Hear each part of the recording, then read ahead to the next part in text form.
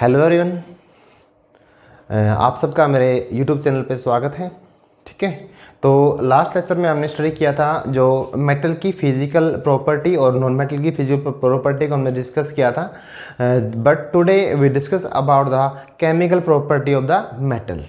जो मेटल्स की chemical property होती क्या है और उनसे क्या क्या चीज़ बनती हैं उसको हम आज डिस्कस करने वाले हैं। ठीक है, तो आज का तो लेक्चर बेटा थोड़ा सा लंबा जरूर हो सकता है, लेकिन it is more interesting and it have a lot of question. काफ़ी सारे क्वेश्चन इसमें से निकलेंगे आप, और इसको आप ध्यान से सुनना और करना। ठीक है, ओके। तो जो केमिकल प्रॉपर्टी है व्हाट दे शो, तो केमिकल जो प्रॉपर्टी मेटल्स की ये शो करती हैं how they react to other substance. वो अदर सब्सटेंस से किस तरह से रिएक्ट करती हैं, what they form, why, how they react, वो रिएक्ट कैसे करती हैं। ठीक है, और जब रिएक्ट करती है तो उनसे क्या होता है, अलग चीज़ बनती है। तो केमिकल प्रॉपर्टी में क्या होता है, फॉर्मेशन ऑफ क्या होती है, बॉन्डिंग होती है। ठीक है, लूजिंग ऑफ इलेक्ट्रॉन्स होगा, गेनिंग ऑफ इलेक्ट्रॉन्स होगा, तो उससे क्या होता है, एक नई चीज़ की फॉर्मेशन होगी। तो it is based on the chemical reactivity of the metals.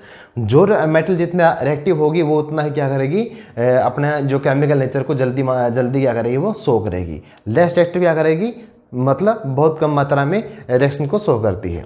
ठीक है, तो सबसे पहले हम जो केमिकल जो प्रॉपर्टी है मेटल्स की, वो क्या करते हैं, शो करते हैं। कौन सी, वो reaction of the metal with the oxygen. तो जो फर्स्ट केमिकल प्रॉपर्टी हम क्या कौन सी डिस्कस करेंगे, रिएक्शन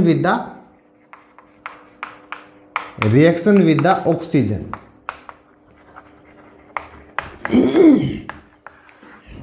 जब भी कोई मेटल ऑक्सीजन से क्या करती है, रिएक्शन करती है, जब भी कोई मेटल क्या करेगी, ऑक्सीजन से रिएक्शन करेगी, it form the metal oxide. ठीक है, when a metal react with the oxygen it form the metal oxide. ठीक है, मेटल प्लस ऑक्सीजन, तो it form the metal oxide को ये बनाएगी। ठीक है, अब मान लिया आपके पास क्या, सोडियम मेटल। क्या है, सोडियम मेटल। जब सोडियम मेटल क्या करेगी, ऑक्सीजन से रिएक्शन करती है, तो ये बनाती है सोडियम ऑक्साइड। क्या बनाएगी, ये सोडियम ऑक्साइड की फॉर्मेशन करेगी। ठीक है, तो जो सोडियम ऑक्साइड क्या है, it is a metal oxide. ठीक है, आपके पास मान लिया सेकंड मेटल है, मैग्नीशियम है। अगर मैग्नीशियम ने रिएक्शन किया तो ये क्या बनाएगा, MgO, मैग्नीशियम ऑक्साइड बनाएगा। ठीक है, क्या बनाएगा, ये मैग्नीशियम ऑक्साइड। अगर मान लिया आपके पास क्या है, कॉपर है, अगर कॉपर रिएक्शन करेगा तो क्या बनाएगा, ये कॉपर ऑक्साइड बनाएगा। ठीक है बेटा, ये जो रिएक्शन है वो क्या है, वो बैलेंस नहीं है। बैलेंस आप खुद कर लेना, क्योंकि बैलेंस कराऊँ तो उसमें क्या है, टाइम लग जाएगा। ठीक है, तो मैं बैलेंस नहीं करूँगा। तो ये जो जब भी कोई मेटल क्या करेगी, ऑक्सीजन से रिएक्शन करती है, तो ये क्या बनाती है, मेटल ऑक्साइड बनाती है। क्या बनाती है, मेटल ऑक्साइड। ठीक है, तो यहीं से एक क्वेश्चन बनता है, तो what are the nature of the metal oxide. जो मेटल ऑक्साइड होते हैं उनकी नेचर होती कैसी है। तो जो मेटल ऑक्साइड होते हैं they are basic in the nature. जो मेटल ऑक्साइड होते हैं उनकी नेचर कैसी होती है, they are basic in the nature. उनकी नेचर में क्या होते हैं, बेसिक होते हैं। ठीक है,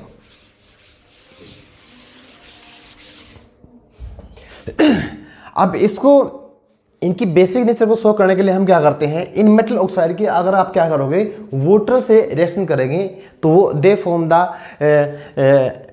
एल्कली एक्वस सॉल्यूशन। ठीक है, मतलब बेसिक सॉल्यूशन को क्या करेंगे, उनकी फॉर्मेशन होगी। अगर मान लिया आपके पास क्या है, Na2O है, ये मेटल ऑक्साइड है। ठीक है, तो मेटल के ऑक्साइड की आपने क्या किया, वाटर से रिएक्शन करवाया, तो उससे क्या बनेगा, सोडियम हाइड्रो ऑक्साइड। तो जो सोडियम हाइड्रोक्साइड है, इट इज ए बेस। क्या है, ये एक बेस है, और बेस की फॉर्मेशन होती है, तो इसलिए इसमें क्या बोलते हैं, the nature of the metal oxide is nature क्या उनकी बेसिक होती है। ठीक है, अगर मान लिया आपके पास क्या है, MgO है, मैग्नीशियम ऑक्साइड है, अगर आप इसकी वाटर से रिएक्शन करोगे तो इससे क्या बनेगा, MgOH2, मैग्नीशियम हाइड्रो ऑक्साइड। तो it is also a base. ये भी क्या है कि नेचर में कैसे होते हैं, ये बेसिक होते हैं। ठीक है, but there are two metals like aluminium and the zinc, they form the amphoteric oxide. वो क्या बनाते हैं, एम्फोटेरिक ऑक्साइड क्यों बनाते हैं, कौन कौन सी, एल्यूमिनियम और जिंक।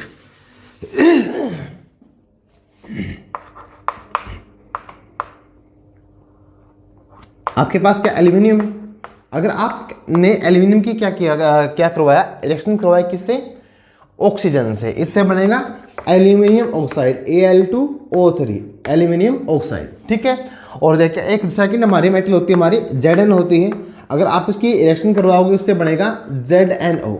तो ये जो मेटल ऑक्साइड होते हैं दो, ये क्या होते हैं, amphoteric in the nature. These are, ये कैसे थे, बेसिक थे नेचर के अंदर, ये कैसे हैं, बेसिक, और these are amphoteric, these are amphoteric in nature. ठीक है, तो फर्स्ट क्वेश्चन तो यहां से बना था हमारा।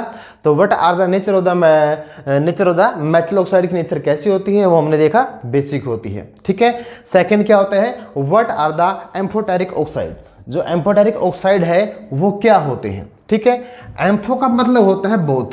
ठीक है, तो those metal oxide which have which can behave acid as well as a base, या those metal oxide which can react with the base और एसिड, मतलब वो मेटल के ऑक्साइड जो एसिड से भी रिएक्शन को शो कर सकते हैं और बेस से भी रिएक्शन शो कर सकते हैं, ऐसे ऑक्साइड को हम क्या बोलते हैं, एम्फोटेरिक ऑक्साइड, जिनकी नेचर क्या हो, दोनों हो, मतलब they can react with acid और they can react with the base, they are nature में क्या हो, एसिड भी हो और एज वेल एज क्या हो, वो बेस भी हो, तो उनको हम बोलते हैं एम्फोटेरिक ऑक्साइड। मतलब नेचर में क्या होंगे, एसिडिक भी होंगे और एज वेल एज क्या होंगे, as well as basic in the nature, तो are called as a amphoteric oxide.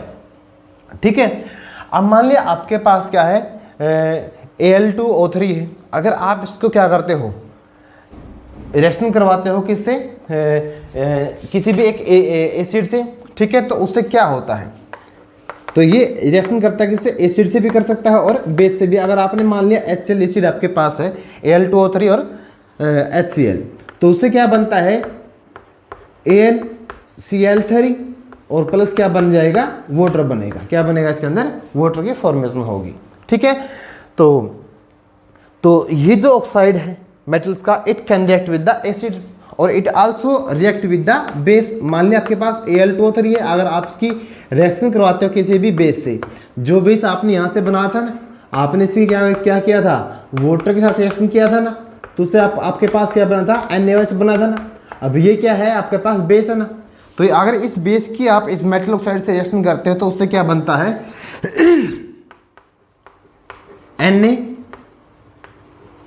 NaAl2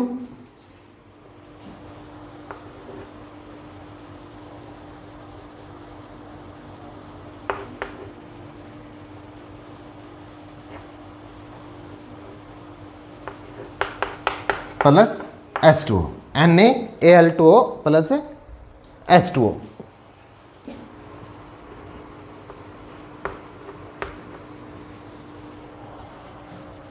तो ये क्या बनता है, आपके पास ये क्या होते हैं, these are amphoteric in nature, क्योंकि these metal oxide can react with the acid और as well as the with the base. ठीक है, अब नेक्स्ट हमारा था जिंक था। अगर आप जिंक को क्या करोगे, जिंक भी क्या करता है, एसिड से भी, और जिंक क्या करता है, बेस से, दोनों से रिएक्शन शो करता है। ठीक है, तो it can show reaction with the acid as well as the base, so these are amphoteric in the nature. ठीक है, तो इससे बनेगा ZnCl plus H2, ZnCl plus H2, और इससे यहां पर बनेगा आपका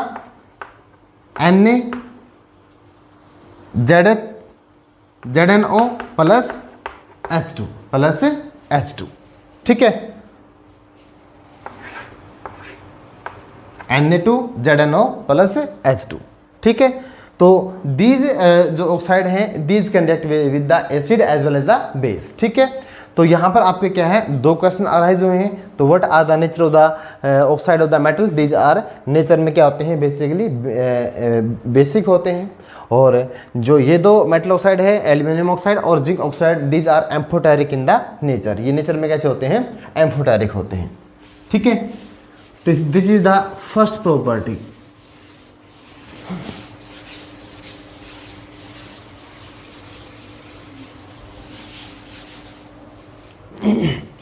नेक्स्ट प्रॉपर्टी है रिएक्शन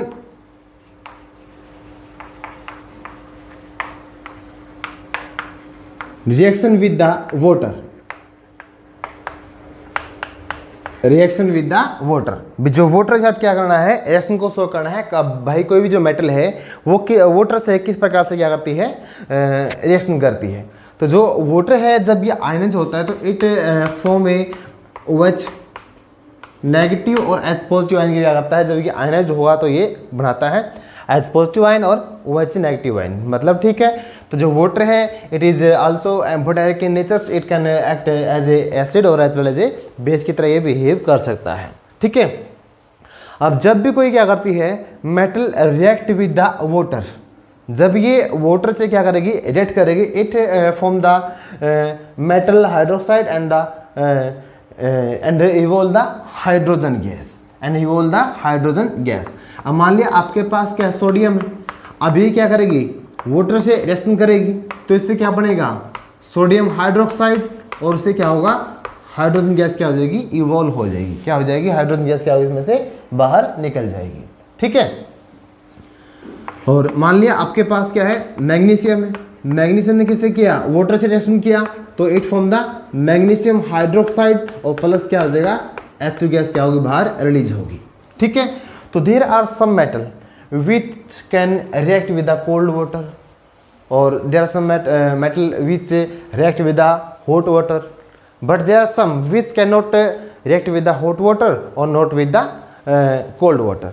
तो they are only react with the, मतलब स्टीम ऑफ द वाटर के साथ क्या करते हैं, वो रिएक्ट कर सकती हैं, ठीक है। इस तरह से मतलब जो रिएक्शन होती है मेटल की वो डिपेंड करती है उनकी रिएक्टिविटी के ऊपर, ठीक है। अब मान लीजिए सोडियम पोटासियम है, they are highly reactive metal. कैसे हैं ये, हाईली रिएक्टिव मेटल होती है। जब भी ये क्या करती हैं, वाटर से रिएक्शन करेंगी तो they also release the heat, they also release the heat. These metal can react easily with the cold water. ठंडे पानी से भी क्या करते हैं ये, मतलब जो कैल्शियम है, मैग्नीशियम है, they also they are reactive in the nature, so they can react with the cold water से क्या करते हैं, ये रिएक्शन कर सकते हैं। और जब भी ये रिएक्शन करेंगे क्या करेंगी, तो हीट इवॉल्व होती है and there is small explosion, मतलब थोड़ा सा क्या होगा, आपको बम की तरह क्या उसमें से आवाज़ उत्पन्न होती है when it react with the water in the presence of oxygen, ठीक है।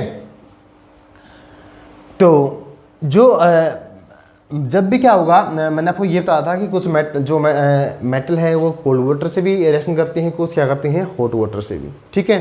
तो but there are some metals which only react with the steam, जो केवल स्टीम से ही, जैसे मैग्नीज, जैसे हमारे क्या है, एल्यूमिनियम है, आयरन है, ठीक है, तो और जिंक है। तो these can react with the only with the steam water, ठीक है। जो पानी की जो भाप है उसी से क्या करते हैं, रिएक्शन करते हैं, जैसे मैग्नीशियम है, ठीक है। ये सिंपली इसमें क्या है, ये रिएक्शन नहीं करती। अगर आप इनको हीट करोगे तभी क्या करेंगे, ये रिएक्शन को शो करेंगी, ठीक है। अगर हम इसको एक एक्सपेरिमेंट के द्वारा शो करें, ठीक है। अब मान लिया आपके पास क्या है, कोई भी एक बॉइलिंग टेस्ट ट्यूब है, ठीक है। बॉइलिंग टेस्ट ट्यूब में आपने यहाँ पे क्या लगा दिया, कोरक लगा दिया। यहाँ पे आपने क्या कर लिया, एक जो प्रखनली होती है आपकी, यहाँ से निकाल के ले जाओगे इसको आप। यहाँ पर क्या करोगे, आपने कुछ मेटल्स के टुकड़े रख दिए, ठीक है।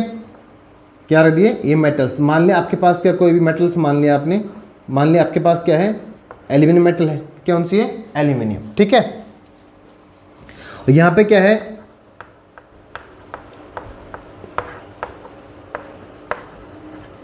Glass cotton. क्या है ये, ग्लास कॉटन, जो डीप की हुई है वाटर के अंदर, ठीक है, जो वेट है कंडीशन के अंदर, वेट ग्लास कॉटन। अब आप इसको क्या करते हो, इसको क्या करोगे आप, पानी, इसको सफेद लैंप से क्या करोगे, इसको हीट करोगे। किसे हीट करोगे, सफेद लैंप से हीट कर दिया। इसको भी आप क्या करोगे, हीट करोगे विद द हेल्प ऑफ सफेद लैंप, ठीक है। तो आप सफेद लैंप से जब क्या करते हो, हीट करते हो, तो इसमें से जो कॉटन था, इसमें जो पानी था, उसकी क्या बनेगी, स्टीम बनेगी। क्या बनेगी, स्टीम। और जब ये क्या करती है, मैग्नीशियम हो या एल्यूमिनियम हो, ये क्या करेगी, स्टीम से क्या करती हैं, रिएक्शन शो करती हैं and they evolve the hydrogen gas, they evolve the hydrogen gas. यहाँ से अब यहाँ से क्या होगा, जो हाइड्रोजन गैस यहाँ से पास आउट होगी, तो यहाँ पर हम क्या करते हैं, एक इन्वर्टेड जो बीकर होता है यहाँ पे रख देते हैं। मान लें यहाँ तक क्या है पानी का जो या वाटर का क्या है लेवल यहाँ तक प्रेजेंट है, ठीक है। अब यहाँ से जो गैस निकलती हुई दिखेगी आपको, वो क्या होगा, एक बबल के रूप में यहाँ से गैस क्या होगी बाहर हुए निकलती हुई दिखेगी, और यहाँ पर जो गैस क्या हो जाएगी इकट्ठा हो जाती है। ये यहाँ पर क्या है, ये गैस मान लेते हैं हम, क्या है ये गैस, ठीक है। अब इसमें एक क्वेश्चन बनता है, हाउ कैन यू प्रूव कि when a metal react with water और acid it produce the hydrogen gas.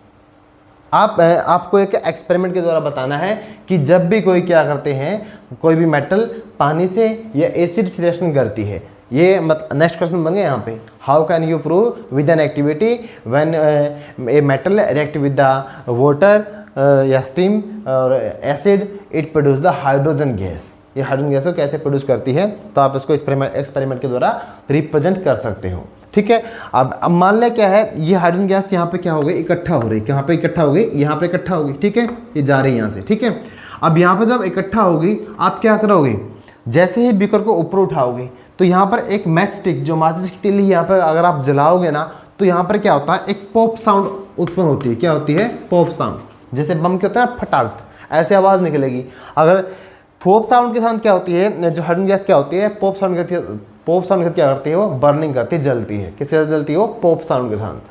अगर वो यहाँ पर पॉप साउंड क्या प्रोड्यूस हुई, तो इसका मतलब क्या हुआ कि जब भी कोई मेटल क्या करती है, रिएक्शन करती है स्टीम और वाटर या एसिड के साथ, it produce the hydrogen gas. क्या करती है, वो हाइड्रोजन गैस को क्या करती है, प्रोड्यूस करती है, ठीक है।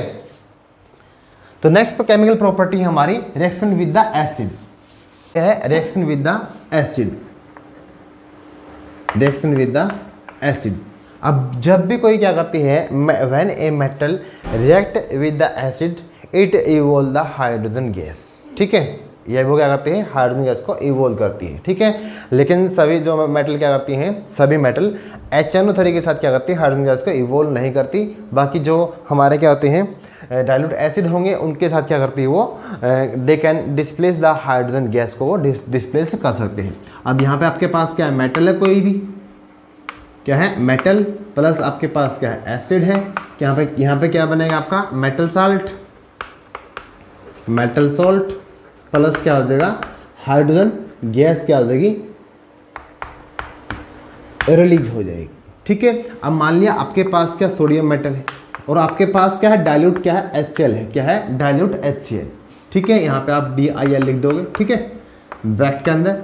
तो डाइल्यूट HCl के साथ जब सोडियम रिएक्शन क्या करेगी, रिएक्शन करेगी सोडियम मेटल, तो it form the metal salt sodium chloride, और यहाँ से क्या हो जाएगा, हाइड्रोजन गैस क्या हो जाएगी, इवोल्व हो जाएगी। क्या हो जाएगी, हाइड्रोजन गैस क्या हो जाएगी, इवोल्व हो जाएगी। अगर मान लिया आपके पास क्या मैग्नीशियम है, it react with the HCl dilute HCl, तो it form the magnesium chloride MgCl, और इससे क्या हो जाएगा, जो आपकी हाइड्रोजन गैस यहाँ से क्या होगी, डिस्प्लेस हो जाएगी, ठीक है। और क्या था, अब मान लिया एक तो HCl है, अब मान लिया आपके पास क्या है, H2SO4 है, सेकंड डाइल्यूट एसिड है, सल्फ्यूरिक एसिड है। क्या है, सल्फ्यूरिक एसिड, तो it form the sodium sulphate and the there is hydrogen gas क्या हो जाएगी, इवोल्व हो जाएगी, ठीक है। अब अगर आपको कई बार क्या होता है, रिएक्शन करते करते बच्चे भूल जाते हैं। अगर आपको ये पता है कि जब भी कोई मेटल क्या करती है, इससे रिएक्शन करती है, तो वहाँ से क्या होगी, हाइड्रोजन गैस इवोल्व होगी।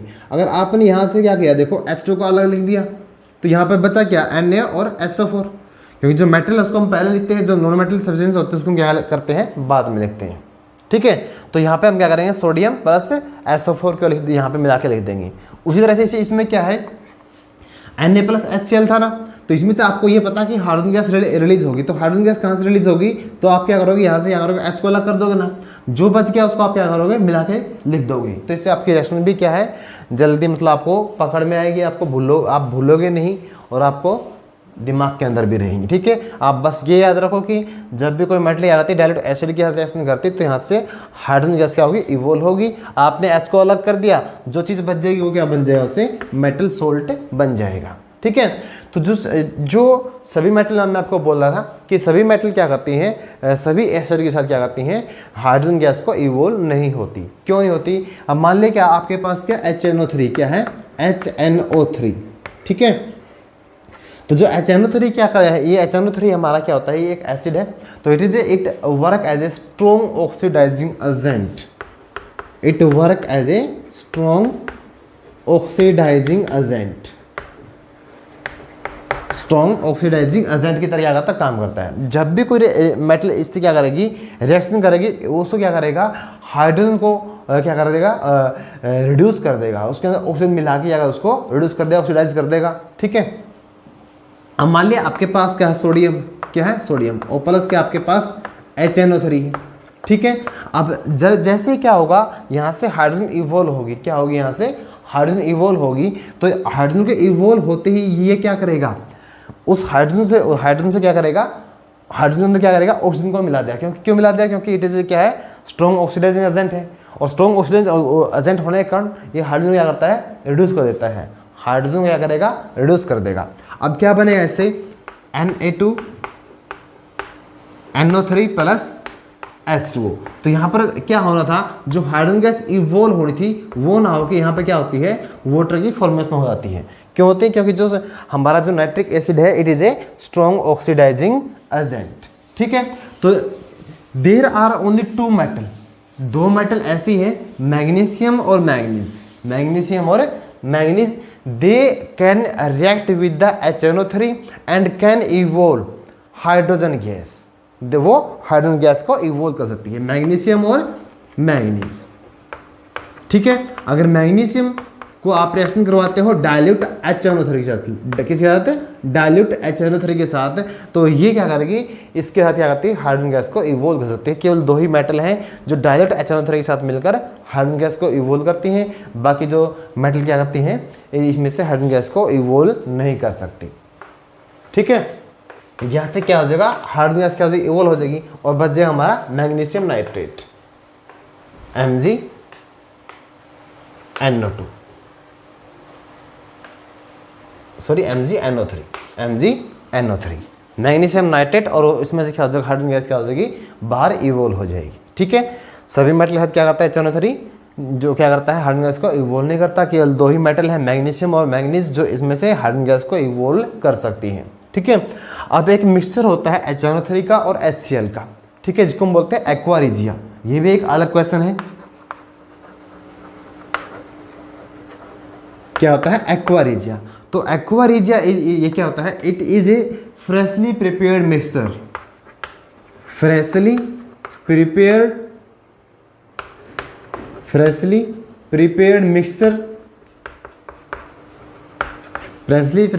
Mixture of nitric acid HNO3 and the hydrochloric acid HCl, ठीक है। तो जो एक्वा रिजिया में क्या होगा, एक तो आपका एसिड होता है HNO3, एक क्या होता है HCl, लेकिन ये तो दोनों एसिड होते हैं, ये क्या आते हैं, रेशो में प्रेजेंट होते हैं। तो ये जो HNO3 होता है, इसकी रेशो होती है 1, और जो 3 रेशो होती है किसकी होती है, HCl की। तो अगर 3 रेशो से आप क्या करोगे, HCl, और 1 रेशो के उसके अंदर मिलाओगे, आप क्या करोगे, HNO3 मिलाओगे, तो उससे एक सोल्यूशन क्या होता है, प्रिपेयर होता है, और उस सोल्यूशन को हम बोलते हैं एक्वा रिजिया। ये मान लो क्या है, 100% में से 25% आपका क्या होगा, HNO3 होगा, और जो 75% रेशो किसकी होगी, HCl की होगी। तो ये इस रेशो से क्या बनता है, हमारा एक्वा रिजिया बनता है। तो ये जो एक्वा रिजिया है, ये एक सोल्यूशन है, बनता है इससे। तो इसको हम क्या करते हैं, यूज करते हैं, कौन, जो हमारे जो सुनार होते हैं ना, ठीक है, गोल्ड स्मिथ जो इसको बोलते हैं, जो गोल्ड स्मिथ क्या करते हैं, गोल्ड को और जो प्लेटिनम तक को पिघलाने के लिए एक्वा रिजिया क्या करते हैं, यूज करते हैं। किसका यूज करते हैं, एक्वा रिजिया का, ठीक है। तो जो रिएक्शन होती है किसी भी मेटल की, वो क्या करती है, डिपेंड करती है उसकी रिएक्टिविटी के ऊपर। किसके ऊपर डिपेंड करती है, रिएक्टिविटी के ऊपर क्या करती है, वो डिपेंड करती है, ठीक है। तो what is the reactivity series of the metal. अब इसके अंदर हम ये एक क्वेश्चन और ऐड करते हैं कि जो what is the reactivity series of the metal.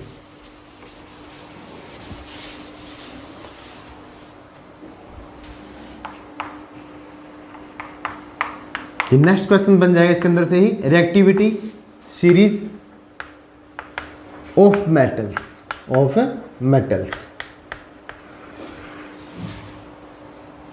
तो जो रिएक्टिविटी सीरीज ऑफ मेटल होता है, ये क्या होता है, it is the arrangement of the metal, it is arrangement of metals in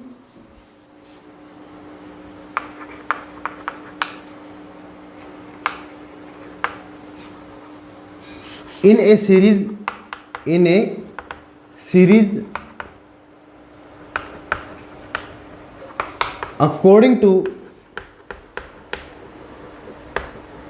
decreasing their reactivity। हम मेटल्स को क्या करते हैं, एक सीरीज में क्या करेंगे, डालेंगे उसकी एक्टिविटी या उसकी रिएक्टिविटी के डिक्रीजिंग ऑर्डर के अंदर, ठीक है। इसमें क्या होता है, जो मोस्ट रिएक्टिव मेटल होती है वो होती है प्रेजेंट एट द टॉप, और जो सबसे लीस्ट होगी वो क्या होती है, सबसे नीचे क्या होती है, प्रेजेंट होती है, ठीक है। इसमें हमारे क्या होती है, सोडियम है, पोटासियम है, मैग्नीशियम है, ठीक है, एल्यूमिनियम है, जिंक है, और आपका जो Fe, टिन, SN, हाइड्रोजन, ठीक है, और कॉपर, Hg, जो आपका पारा होता है Au और Ag, ठीक है। यहाँ पे एक मेटल और आप ऐड कर सकते हो सोडियम, कैल्शियम, मैग्नीशियम, ठीक है, potassium, sodium, calcium, magnesium, aluminium, zinc, iron, tin, hydrogen, copper, mercury, silver और गोल्ड, ठीक है। तो इस रिएक्टिविटी सीरीज में सबसे जो अपर है वो कौन सी हमारी, पोटेशियम मेटल है। तो जो पोटेशियम मेटल होती है, it is the top on the series, तो it is the most reactive metal in this series. इस सीरीज में सबसे मोस्ट रिएक्टिव कौन सी है हमारी, टॉप मोस्ट रिएक्टिव मेटल कौन से सीरीज के अंदर, कौन सी है, पोटासियम। और इस सीरीज में जैसे हम क्या करते हैं, अप टू डाउन जाते हैं, तो इनकी जो रिएक्टिविटी क्या होती है, डिक्रीज होती है। रिएक्टिविटी क्या होगी, डिक्रीज होगी, ठीक है। तो हमने क्या किया है, इस सीरीज के अंदर according to their decreasing reactivity there is the arrangement of the metals. Metal को हमने उनकी रिएक्टिविटी के डिक्रीजिंग ऑर्डर में क्या किया है, अरेंज किया है, ठीक है। तो इसलिए इसको हम बोलते हैं reactivity series of the metals. अब सबसे लास्ट में हमारे क्या सोना है, Ag, जिसको हम बोलते हैं Au, क्या है, सबसे नीचे क्या है हमारा Au, ठीक है, जिसको हम सोना बोलते हैं। तो जो Au जो गोल्ड होता है, तो it is the least reactive metal, जो ये क्या होती है, सबसे कम रिएक्टिव मेटल होती है। आपने देखा होगा जो हमारी माताएं हैं, बहनें हैं, वो सोने के आभूषण पहनती हैं, तो उनको क्या है, जो कोरोजन या जंग उनको नहीं लगता, ठीक है। तो उनको जंग क्यों लगता, क्योंकि दे आर लीस्ट रिएक्टिव, क्योंकि ये जो मेटल है ये बहुत ही कम रिएक्टिव होती है नेचर के अंदर, तो इसलिए इनको आसानी से ये कोरोसिव नेचर के अंदर कोरोसिव नहीं होती, इनको जंग नहीं लगता, कोरोजन नहीं लगता, ठीक है। तो ये हमारी क्या थी, रिएक्टिविटी सीरीज थी। इसमें हमने क्या किया है, जो मोस्ट एक्टिव थी उसको अपर रख दिया, और जो सबसे लीस्ट थी उसको सबसे नीचे रख दिया। सबसे मोस्ट कौन सी हमारी, पोटासियम है, फिर सोडियम, फिर कैल्शियम, फिर मैग्नीशियम, फिर aluminium, zinc, iron, tin, hydrogen, copper, Hg, Ag और Au, ठीक है। तो ये हमारी क्या है, रिएक्टिविटी सीरीज है, ठीक है।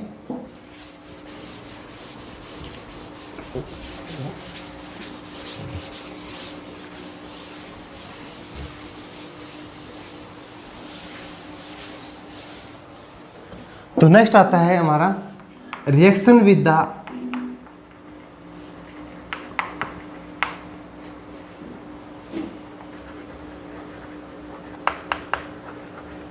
Metal salt. जब भी कोई भी मेटल आती है, मेटल सॉल्ट क्या करती है, रिएक्शन करती है, तो क्या होता है। अब मान लिया आपके पास क्या है, कॉपर सल्फेट है, क्या है ये, मेटल सल्ट कॉपर सल्फेट है, ठीक है। अगर ये क्या करता है, जिंक से रिएक्शन करता है, तो जिंक क्या करेगा, मोस्ट एक्टिव होने के कारण रिएक्टिविटी सीरीज में क्या होता है, जिंक ऊपर आता है, कॉपर हमारा क्या आता है, नीचे आता है। तो ये जो जिंक हमारा क्या होता है, रिएक्टिव होता है किससे, कॉपर की वजह, ठीक है। तो ये क्या करेगा, जो जिंक क्या करते हैं, इसके जो आयन होते हैं उसको सल्फेट के आयन क्या करेगा, इससे यहाँ से डिस्प्लेस कर देगा उसको, ठीक है।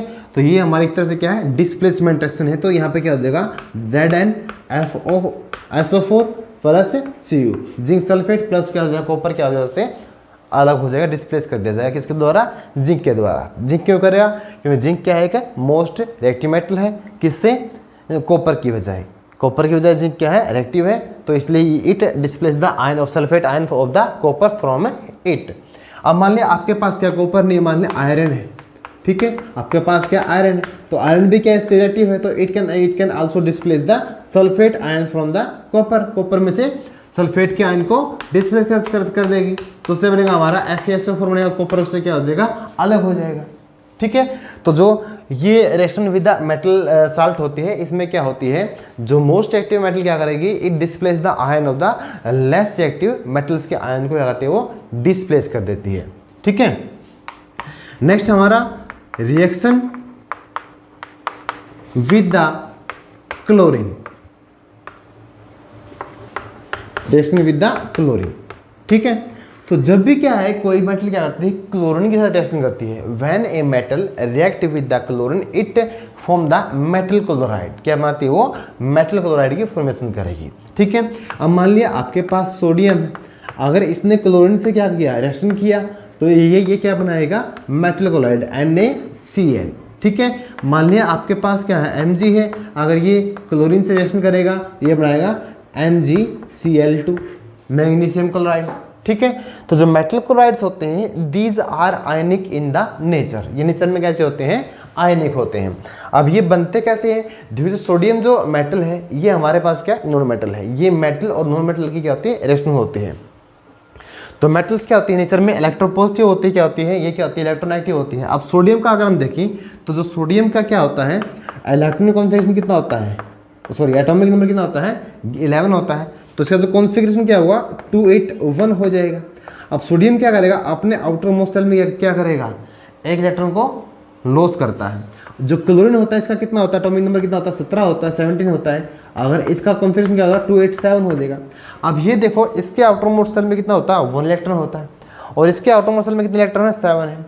अब एक को देना आसान है या 7 को लेना आसान है, तो ये सोडियम क्या करता है, सोडियम क्या, देखो सोडियम के लिए क्या है, 7 इलेक्ट्रॉन को अपने ऑक्टेट को पूरा करने के लिए 7 इलेक्ट्रॉन को देना क्या है, मुश्किल है। मतलब एक तो 7 लाख का क्या करो आप, लोन लो, या 1 लाख आप दे दो, तो 1 लाख देने का ही फायदा है ना। तो ये क्या करता है, अपना जो मेटल होती है sodium metal, it lose its 1 electron and it complete the octet of the chlorine, ये क्लोरीन के ऑक्टेट को पूरा कर देगी। अब यहाँ पे तो हो जाएंगे 7 की जगह 8, और यहाँ पर एक इलेक्ट्रॉन यहाँ से मिस हो जाएगा। तो अब यहाँ से एक इलेक्ट्रॉन गया है, तो सोडियम के ऊपर क्या चढ़ जाता है, हमारा पॉजिटिव आता है। अब क्लोरीन ने एक इलेक्ट्रॉन को एक्सेप्ट किया है, इसलिए क्लोरीन के ऊपर आता है नेगेटिव चार्ज। तो metal are electropositive in the nature and non metal are the electronegative in the nature. मैंने आपको लास्ट लेक्चर में भी ये चीज़ें बताई थी। Metal are the electropositive and non metal are the electronegative in the nature, ठीक है। अब लास्ट बचता है हमारा रिएक्शन विद द हाइड्रोजन।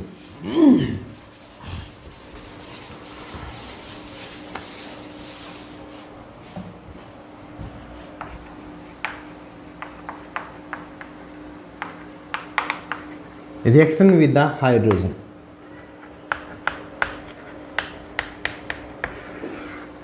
अब जब भी क्या होता है, कोई भी जो मेटल अगर वो हाइड्रोजन से रिएक्शन करते हैं, it form the metal hydride, it form the metal hydride, ठीक है। अब मान लिया आपके पास सोडियम मेटल है, इसने क्या किया, रिएक्शन किया किससे, हाइड्रोजन से, ठीक है। तो it form the NaH metal hydride, NaH sodium hydride. अगर इस क्या है, मैग्नीशियम से रिएक्शन कर दिया हाइड्रोजन ने, किसने, हाइड्रोजन, तो ये बनाएगी मैग्नीशियम हाइड्राइड, क्या बनाएगी ये, मैग्नीशियम हाइड्राइड, ठीक है। तो when a metal react with the hydrogen it form the metal hydride, उससे क्या बनता है, मेटल हाइड्राइड बनता है, ठीक है। तो these are the some chemical property of the metals जो हमने स्टडी की है, ठीक है। और आई थिंक आपको मेरा लेक्चर पसंद आया होगा, ठीक है। तो please like share and comment on my lecture. Thank you.